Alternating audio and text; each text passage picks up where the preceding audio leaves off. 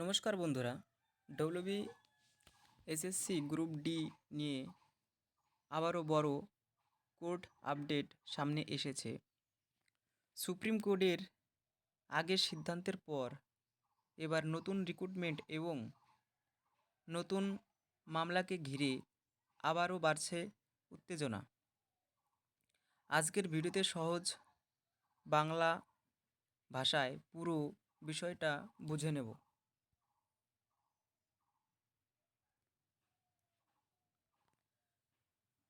Supreme court of India 2025 সালে বলেছিল যে 2016 সালের ডব্লিউবিএসএসসি রিক্রুটমেন্ট প্রসেস এ বড় ধরনের ভুল আছে, তাই বহু টিচিং ও নন টিচিং চাকরি বাতিল করা হয়েছিল। এখন গ্রুপ ডি প্রার্থীদের টেনশন শুরু হয়। সুপ্রিম কোর্ট আনটেন্টেড টিচিংদের অস্থায়ীভাবে কাজ চালিয়ে যেতে অনুমতি দিলেও গ্রুপ সি এবং গ্রুপ ডি কর্মীদের জন্য এই রকম সুবিধা দেয়নি। মোটামুটি দেখো, তোমাদের পরীক্ষা হয়ে গেছে, সব কিছুই আস্তে আস্তে রিক্রুটমেন্ট প্রসেস চলছে। আশা করা যায় কেসের সেরকম কোনো ইফেক্ট পড়বে না এবং যেই নোটিশটা দেবে তাতে কোনো অসুবিধা হবে না।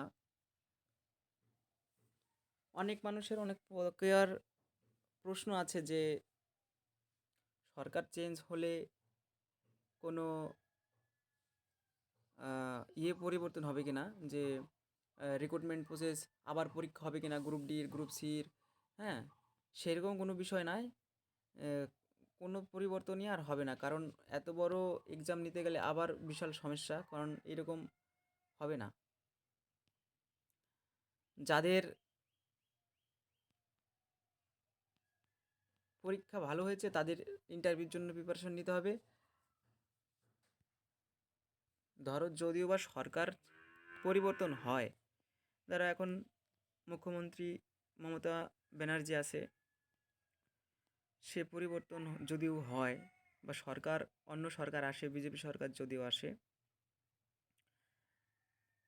তো তার উপরে এর কোনো ইফেক্টই পড়বে না, কোনো অসুবিধা নেই। অনেক মানুষ এইগুলো নিয়ে, এই কোর্ট কেস নিয়ে টেনশন করছে, সেরকম কোনো ভয়ের কিছুই নেই, কারণ সুপ্রিম কোর্ট বলেই দিয়েছে যে তোমাদের যে এসএসসির পুরো নিয়োগ প্রক্রিয়া সেটা 31শে যে আগস্ট তার মধ্যেই কমপ্লিট করতে হবে। গ্রুপ সি বলো, গ্রুপ ডি, মোটামুটি সব। আর এখন যদি এটা না কমপ্লিট করে তবে আর এসএসসির মান সম্মান থাকবে না। আর ওদের কি বলবো, মানে বলাও যায় না।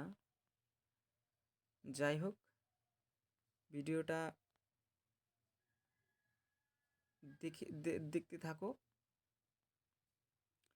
নতুন নতুন ভিডিও যদি আসে, আপডেট কোনো, অবশ্যই জানাবো।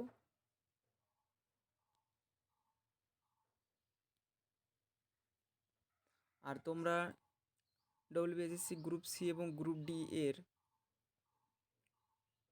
কোন জোন থেকে কত পেয়েছো একটু পারলে কমেন্ট বক্সে জানিও, আর তোমাদের কোন ক্যাটাগরি আছে, ঠিক আছে?